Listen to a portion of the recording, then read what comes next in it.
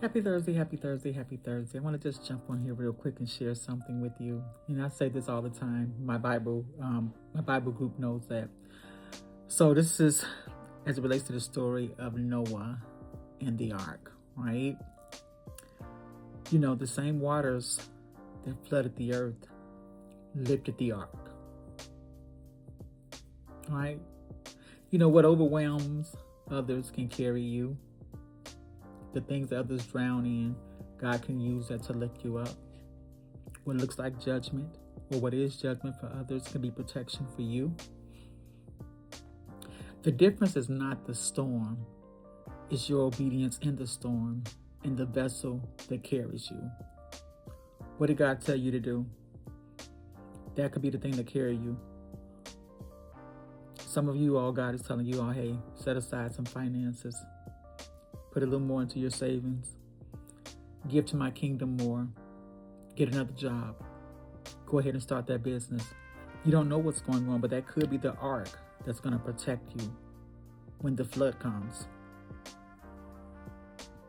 Because every flood is not, we think about flood water, but think about it as a natural catastrophe. Think about it as a catastrophe, period.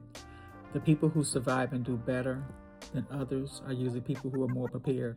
And I'm going to tell you, you can do the best you can to prepare yourself, but God will give you a strategy that's a surefire strategy for what He knows you're going to face.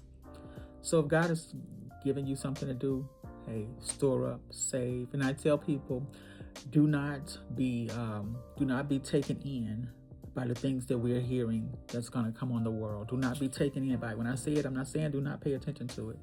But you can actually be overwhelmed and you're anticipating something that is never going to happen. So we all know, we've all seen, you've seen the blackouts. I'm not telling you all not to use wisdom. I'm going to tell you this though, because I was alive when this happened.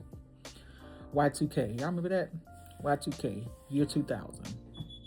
So 1999, that whole year, they had preachers, well-wishers, psychics, positive people, whatever, telling everybody, store up water, store up everything, put this in your basement. Had preachers who had turned from preaching the gospel to preach the good news about keeping water and beans and rice. And again, please have stuff in your house. If you get the generator. My God, I'm not telling you not to prepare. But what happened? They predicted all of this stuff. People, stopped using natural things. Was talking about they was going to build a ship on the water and just live because the whole world was going to shut down. How? Why? Because of Y2K. So January 1st, 2000, the computers were not supposed to work. So you're supposed to wake up and didn't have access to anything. And we all know the computers, we use the internet every day. The internet is used every day, even whether you want it to be or not. I want to go off the grid. Listen. The way the world is set up, that's no longer possible, right? So we saw it. What are we seeing now? AI, artificial intelligence. There are people who are fighting against it. And I was there for Y2K. I was also there for the internet, where there were religious people telling people do not use the internet because of the number 666. WWW is the 23rd letter. 2 times 3 is 6. Listen, when I tell y'all could fact check me. People who are around know what I'm talking about. We have seen this. So now when people come in and say, oh, don't use that AI, don't use that Chappy, that Chat GPT, don't get on. I just got to go back to the past and say God has always taken care of us and protected us. And He has used the very things that people are now. Like now, nobody would even pay you any attention if you came along and said, don't use the internet. Get off of YouTube, get off of Facebook. And there are some platforms that you can get hacked and scammed, and the hackers, the scamming is going on. It's not going to stop. That's why I'm here to protect my seniors. But you cannot survive without the things because now we're dependent on them. People like, don't use your phone. Phones have helped solve crimes. Phones have put have proven that criminals were in places where they shouldn't have been, where they committed the crime. Back in the 1900s, yeah, all of our phones were on the wall. Most of us. You had to be wealthy to have a phone in your car. They called it a car phone. You had to be wealthy. But other than that, you came to the house. And in Chicago, everybody's area code was 312. It wasn't as many phones. Everybody's phone was at the house. You had to wait till somebody got off the phone to use it. If somebody clicked over, somebody called you, was like, please click over. This could be an important phone call. Yeah. Now everybody in the house. If it's 5 people in the house, everybody got a phone, right? Don't allow the enemy to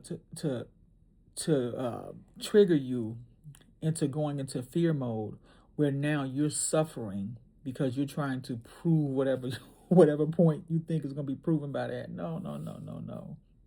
No, no, no, no, no. The protection of God is not in the things that you don't do just based on what the world is saying. It's what he's telling you to do. What he's telling you to do. He has protection for you. And sometimes protection could look a little funny, look a little different. There are some people now, mothers, fathers, who are praying, Lord, get my son out of jail. And God has used the prison system to save your child, right?